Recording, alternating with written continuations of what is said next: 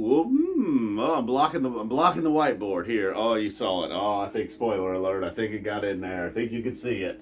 The 1999 Fluffhead combo to start the show, and I'll say during 1999, it's just like, all right, okay, they played this the numbers night. It's a nice opener. I guess they're gonna dust this off every now and then. But then Fluffhead followed, and when it comes to Alpine Valley, it's kind of hard not to think of Fluffhead and like the Fluffhead, I guess, the Alpine Fluffhead. And now, so responding and in with Solid again. So perhaps there was somebody there that was like, oh, complaining about that. Come on, they did this when I was here in 99.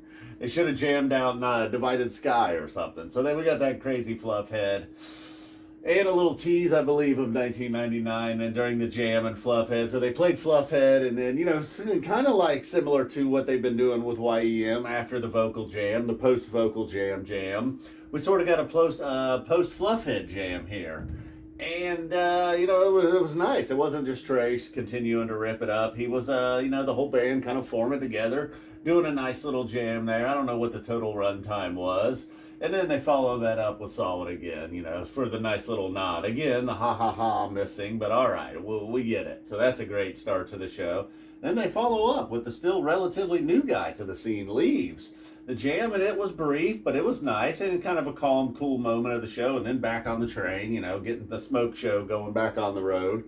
Taste delivering again, much like it did the last time. Doesn't get played a lot. Speaking of repeats, it has been played once already, but that one was really strong.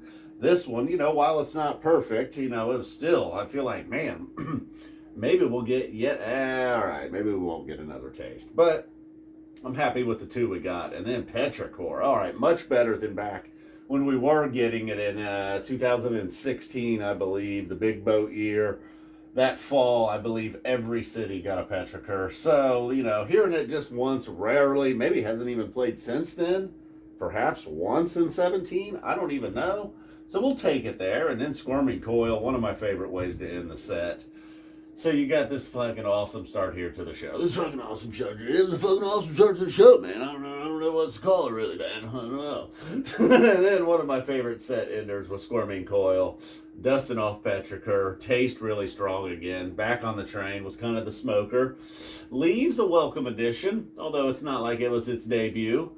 And then, all right, so we get over here to number line. And, it's not often I'm going to get excited about a number line. And as you can see, some misplacement of songs here. Oh, no, I shouldn't say misplacement, but replacement. Number line, one of them. And had a little bit of an extended jam coming out of the number line. And then followed that up with Maze. Got maybe a little excited, thinking, the two-hole Maze, what are we up to here? Could it possibly be a slow, funky, jammed out Maze? Not the case, just kind of just like a regular Maze. Then that got us into Mr. Completely, which I suppose was supposed to be the big one of the second set. I just, we got the effects. It felt like, if we're going to hear Mr. Completely, maybe it's just because it's a Trey song. It seems like it needs the horns.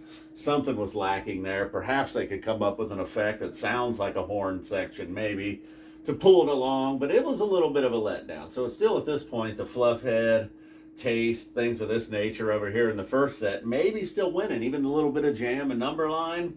So that was perhaps what was the only thing stopping this show from really going over the top. And then maybe if you don't love these songs, and I feel like sometimes maybe I'm in the minority with About to Run, but I don't know, man. Just boom, smacking hard every time. The Roggae was really good, the build in it.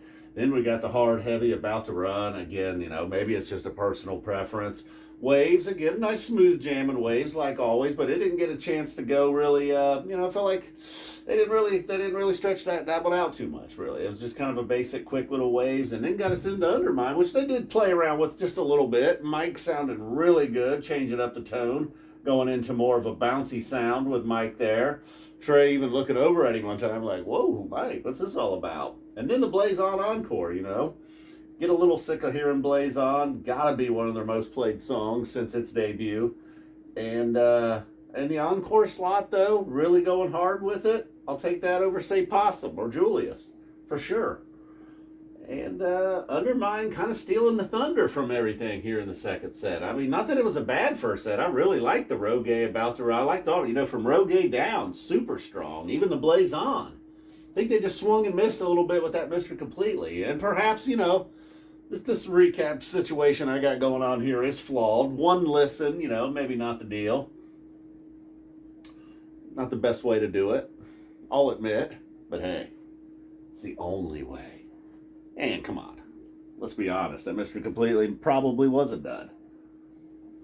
Leaves, I was happy with. So let's recap the first set for the third time, perhaps. All right, enough's enough. Got nothing to say about any outfits. I maybe spotted Shirtless Bro. I don't know.